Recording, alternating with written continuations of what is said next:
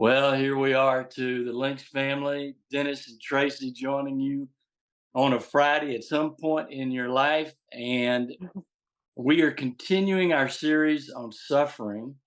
And I've asked Tracy to join us for a couple of Fridays, a couple of weeks, not only out of her own experiences in life, but really through a lot of uh, deep dives and study and really thinking about suffering. And I know our Lynx family you're really familiar with Tracy because she writes, at least two devos for us every month, and the Lord's really using her in a mighty way. So, Tracy, welcome to this Friday episode on suffering.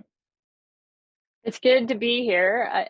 Not so much for the topic, but it's been a while since I've been on the Friday series, and just so thankful to be a part of this community. Yeah, for our Lynx family, if you don't know, Tracy's not only a former LPGA golfer, but professional golfer of, I forgot, like 15 plus years, I think. Just an unbelievable golfer, just an amazing talent, very gifted. But I think equally so, perhaps even more importantly so, she uses this gift that the Lord's given her to be a great golfer to do ministry, to really reach and encourage and strengthen and minister to people that all sorts of walks out of life. So Tracy, I know you've given a lot of thought through the years on this topic of suffering, the psychology of suffering. Talk to us a little bit about what you've learned. Sure. And so today will be a little bit different. We're going to kind of give more information, maybe a little bit less personal anecdote. But I will say what the reason why I've learned what I've learned is because of my own story, a story of trauma that I never talked about. And I played my whole career trying to suppress it.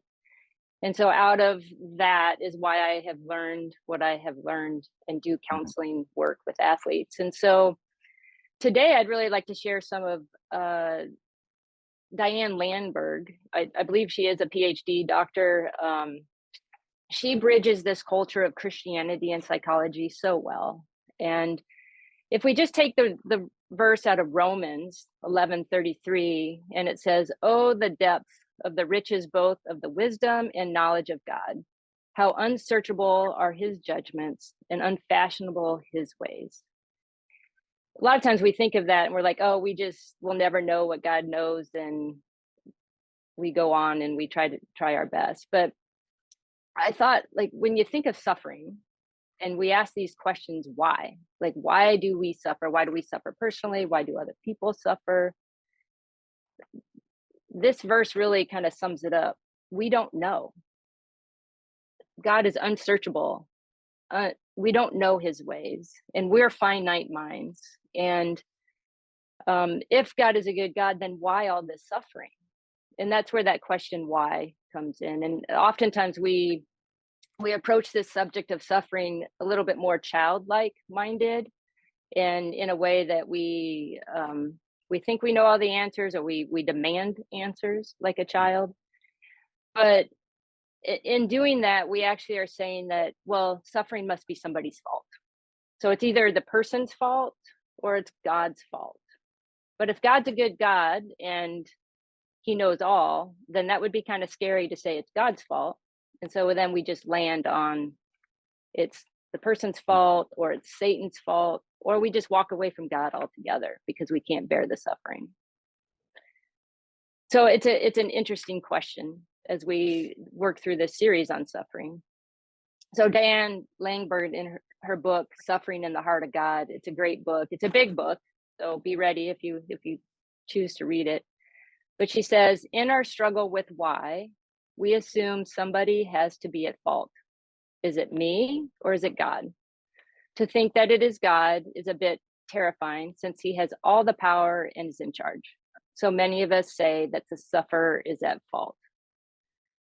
So what happens if we do that? We might say that it's the cause of sin, and so then we attack the person, kind of like Job's friends in the story of Job. Well, you must have done something, it's your fault. Or maybe it's the evil one. Well, everything's Satan's fault, so cast out that demon and you'll be free and find freedom.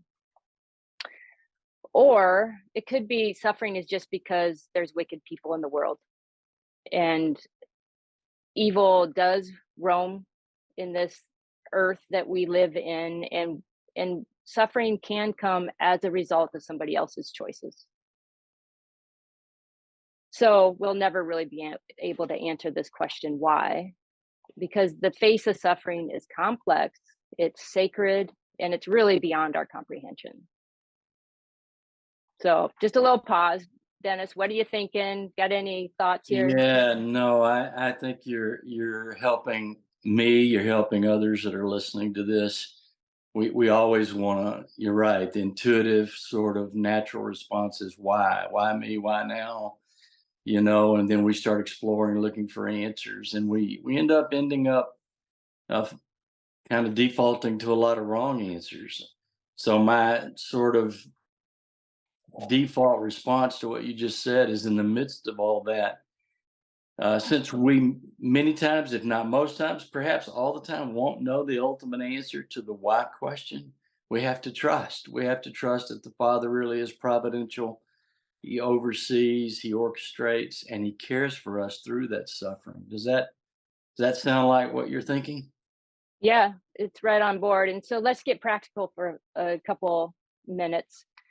And this also comes from Langberg's work.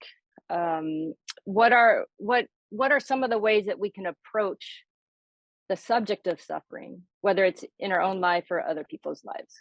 And so here's just kind of four practical things.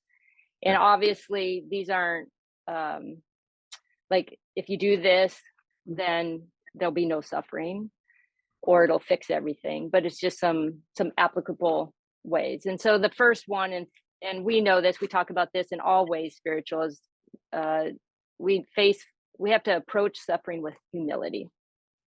And what does that mean in suffering? It means that we don't have the answers, our understanding is small, and in order to sit with somebody else in their suffering, we have to come in with humility in a way that we're just there to be with them. And we cannot make any judgment as to why the suffering is happening. So the second practical way to face or to approach suffering would be that to realize that sin is in our world, that um, it impacts the very essence of who we are and other people. It doesn't mean that sin is the reason why we have suffering, but we live in this fallen world. It's tragic, it's irrational, it will never make sense to us. And so, where can we let go of trying to answer the question why, and start to care for our hearts, our souls, our spirits in the wake of suffering? The third thing is that the enemy of God is involved in suffering. We mentioned Job's life already. Uh, Satan actually came and asked God to wreak havoc on Job, and God said yes. What do we do with that? Satan asked to sift Peter. What do we do with that? And John says that sin does live in this world and that the world embraces sin and Satan. So it is what it is. It is here. And the fourth thing I think that's really important is that, the character of God never changes. And so if he's the same yesterday, today, and tomorrow, then we have to believe that God is with us in our suffering. He does care about our suffering, and he will help walk us through our suffering. So it's not that he might take it away in a flash, a blink of an eye, and most of the time that doesn't happen. And so how do we walk well through suffering? Yeah, I wish we had hours and hours to I know. explore each one of those. And give us the title of Diane Langberg's book one more time, please. Yeah, it's the suffering and the heart of God. Well, listen, I look forward to continuing our discussion, even if it's a little bit different topic for next Friday. But thank you for spending a little time with us this morning. I'm absolutely sure that's going to minister and encourage lots of folks. So thanks for your time too, and thanks for all your years of study and thought regarding this topic. Yeah, you're welcome. It's good to be with you. Okay, to our Links family, I hope this encourages you and strengthens you, and we'll see you next Friday.